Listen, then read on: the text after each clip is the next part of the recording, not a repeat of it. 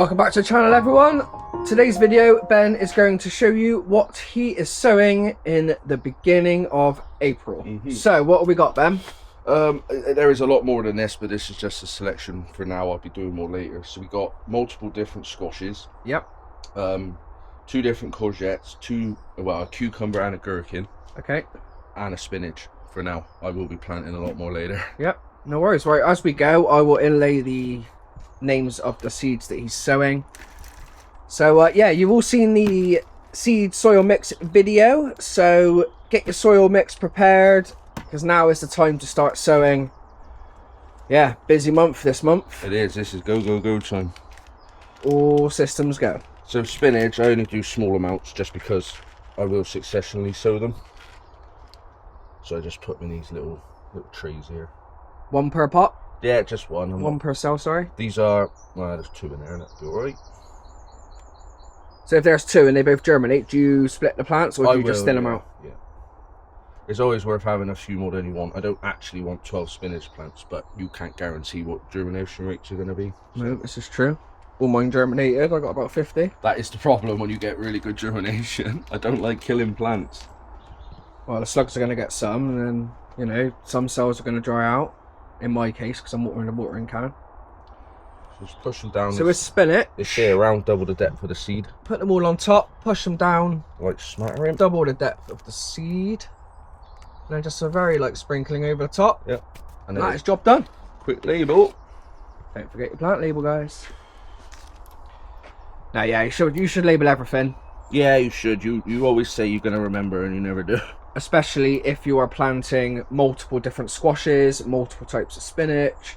You know, it's worth knowing what you've got, where you've got it. So there you go, number 1. That's spinach. So the spinach, so I'm going to do cucumbers and the squashes, but I'm going to do them in, let's do 4. Do them in different coloured pots as I normally do, so I only have to write out 1 label, and I know that everything in that pot is that variety. Okay, so we're going with black pots for the next sowing. So, my favourite variety, Burpla's Tasty Green. Yep. Cucumber. Fill them right to the top, do you, or just leave a little bit? Yeah, I just fill them up and just sort of tamp them down a bit. Yep. Because I will be compressing it a little.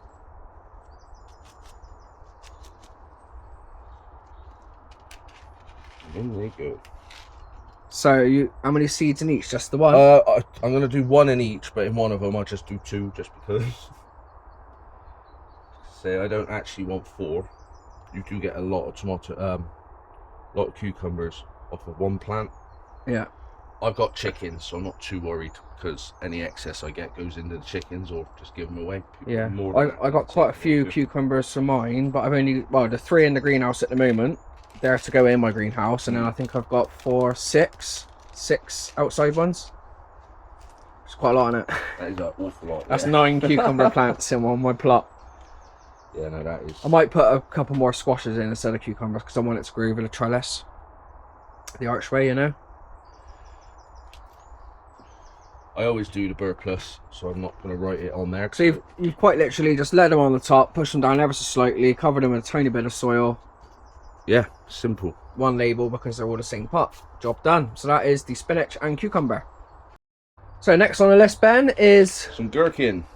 Some cucumber. Are they still cucumbers? They are in the cucumber family, but gherkins are different because they're quite. If you eat one raw, they are absolutely disgusting. They're bitter as hell. Right. Okay. So don't make that mistake. Okay. So again, you filled the pots up. You've selected a different color pot, so you can just label the 1 pot. Yeah. I do like that tip, actually. It is good. It's just finding different coloured pots you got to buy from different stores. Yeah, that's fair. I find with gherkins, a couple of years ago, I only had 2 plants, and it wasn't enough. Because when you make your gherkins, you want to do them in like a fairly big batch. So then last year I had 6 plants, and it was fine because as the fruits are ripening on each plant, or they get to the size you want them, you can then pick, say, 12 and then go and turn them into gherkins. Right. But when you've only got 1 or 2 plants, by the time some's ready where you want them, you pick them, wait a week for more to come, and the ones that you picked are no good. Yeah. So it is worth having more than you. So you've put 2 seeds in each, is that right? Yeah. Why is that? Just germination, you don't know? These seeds are slightly older. Okay. So I've had them for a couple of years, so I'm not expecting as good a germination rates as with fresh seeds. You can be pretty sure you're going to get at least 90%. Yeah. You never get 100, or very rarely get 100, but that's the gherkins. On to the next one. So now I'm going to do all squashes and my courgettes. They are a much bigger seed, so a bigger pot is required because these will grow fast. Right. I find they don't like being tampered with too much. So once they get to a suitable size where the slugs can't decimate them, out they go as long as the frost has stopped. Nice. So this is a squash called Strawberry Crown. I grew this one last year and it's really nice. And they do go like a pinky reddy colour. Okay. So with a bigger seed, they say put it on his edge, not on the flat, because water can potentially sit on the top and rot the seed out. Okay. Whether or not it is true, it's just what I do. How many are you popping in each pot? Only one. Like I say, they don't really like being tampered with. So you've pushed it down, what, an inch? Yeah, they're a big seed, yeah. That's probably more like, yeah, inch and a half at least. No, I would. Oh, no, you don't put any more soil No, in, you just no. literally scrape it around, Yeah. pat it in. That's it. Next. Nice big pot. So these are big pots, these ones. Yeah. This Is that, how long are these going to be in these pots once they're germinated? Probably a month. Okay. Yeah, so like I say, once they're big enough, I will keep my eye on it. I don't necessarily want 3 plants of each, but again, you need to plant more than you need. And you've got a brother. I do have a brother. Yes, that is true.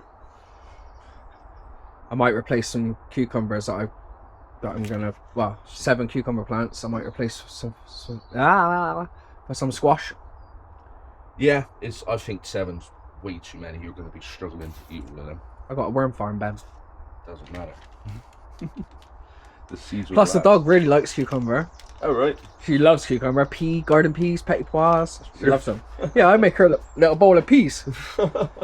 she makes such a row eating them though. It's like, honestly, it's funny. This is one called mashed potato. This is another squash. These ones, the storage on them's crazy. I still have some of these now. Right. And you roast them in the oven. It's not exactly like mashed potato, but it is very similar. And mashed actual potato isn't one of your 5 a day. It's not classed as one of your 5 a day, where squashes are. So if you can replace it out, it's not a bad thing. Nice. Well, that's what I like celeriac for, replacing my potato. Yeah, they make celeriac chips. You ever tried them? Yeah, Oh, I am growing God. celeriac this year. I'm growing loads. I got a whole bed dedicated to celeriac and 1 melon.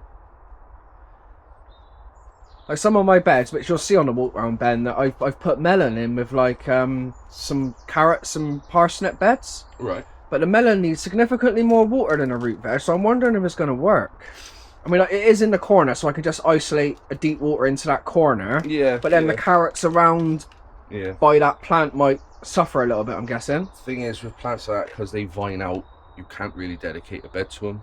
So no, I'm gonna grow the vine along the fence, and I'm actually gonna put a polythene sheet over the fence on like a diagonal to create a little microclimate on the fence to help ripen the fruit, so it'll get hotter basically, and then the rootstock will be grown in the bed. That's what I'm hoping for. Whether it works, I don't know, but like, as you always said to me, give it a go. Gotta give it a go, and if it works, he who laughs last laughs longest, right? Yeah. That was a courgette called Defender. Courgette Defender is in. I mean, yeah, there's not really much to show with sowing. You fill the pot up, you pat down the soil a tiny little bit, you put the seeds in, you push them down if they need to be sown deeper, or you don't push them down if they need to be sown shallower. But on edge is the right way. Yeah, so all your squashes, So just put them on edge. It's also easier to plant them. I mean, if you just put them on like that and push them down, I'm sure it probably would be okay, but it's just not the advice they give. That seed feels a bit thin. to be honest, mate, I've put squash in my worm farm, come back like 2 weeks later, and the seeds are sprouted. Yeah. You I've know? had it in my Same with compost pumpkin, like all of it. All of the squashes and stuff, they just sprout in your worm farm, which is great. I let it grow and then there's more food. Yeah. But yeah, that's them. But having them in different coloured pots, as you can see, it makes labelling a lot easier. Yeah, I like it. It's So just you've finding. Got, what you got? 1, 2, 3, 4, 5 different cucumbers and squashes. Yeah. Nice, but there you go, everyone. Yeah. The time is now to plant your cucumbers and squashes. So we're finally on to my seedlings, and the first ones we're sowing are the Melon Outdoor Wonder. So again, you just pop them in. I ain't putting them in there. Sideways, an inch. And then yes, cover them in soil. Not really much else to say. So we're now sowing brassica, and as you can see, they're a very small seed. They're round like most brassicas. It is a brassica, isn't it, Ben? Pack Choi? Yeah, but protect it from the pigeons and the... So yeah, he's just made a little indentation with his finger on those 2 cells. Pop the seed in. How many seeds you got in each hole, Ben? A couple? I've done 1 to 2, yeah. 1 to 2 in each cell. So we're going to have Melon Outdoor Wonder, and then the next 2 are going to be Pak Choi. Gosh. So we're now onto the Celeriac. These are very small seeds. Ben just said the only way you can get them to germinate is by using this contraption. Yeah, so he's just created a little indentation. The reason for it is you fill the bottom tray up with water. Yep. And it keeps it perpetually moist. Okay. Celeriac seeds you don't bury. They need light to germinate. Right. So you literally put them on the surface, but obviously it will dry out very fast. So you need the bottom reservoir all the time. Okay. I have got one of these in the shed still in the box, so I can get a picture of it. Nice. But thinning these out is practically impossible. So I'm trying. How many seeds in each? Just 1 or 2. And instead of trying to separate them and save the plant, I'll literally just snip them off. With a, oh, there's 4 in there.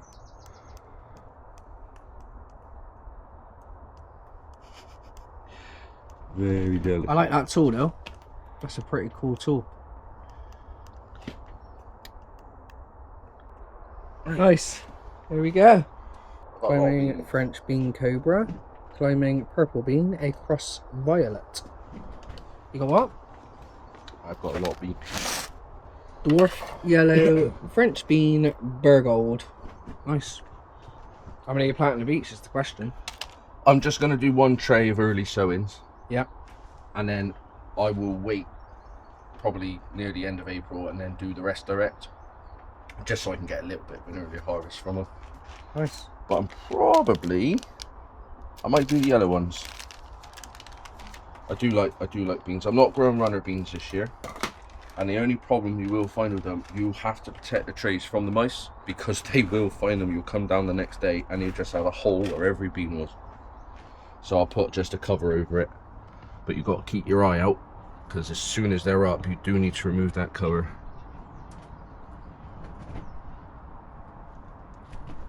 Beans mean mice. They do. I actually, them Janica things, I'll probably put a cover on them as well, because they were very bean-like. But they will find them. They always bloody do. Quite a big seed. Yeah, this, as soon as these are sort of come up and they're at a little bit of a reasonable size, they're going straight in the ground. These will not be transplanted into another module. Double the depth of the seed. You just poke it in, double the depth. Double the depth. And a light sprinkle of Yep. the compost. But I won't do them all this way, mainly from space restrictions, basically. Just takes up a lot of room. Well, I've just been in your propagation greenhouse 1 and 2, and I must say, They're both full. there's not a lot of space, believe it or not. Yep, nice simple one. Well, you will believe it because you're going to see it.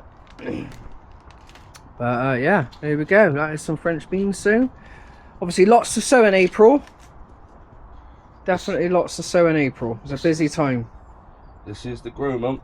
These are dwarf beans, so I won't need to stake them. Yep.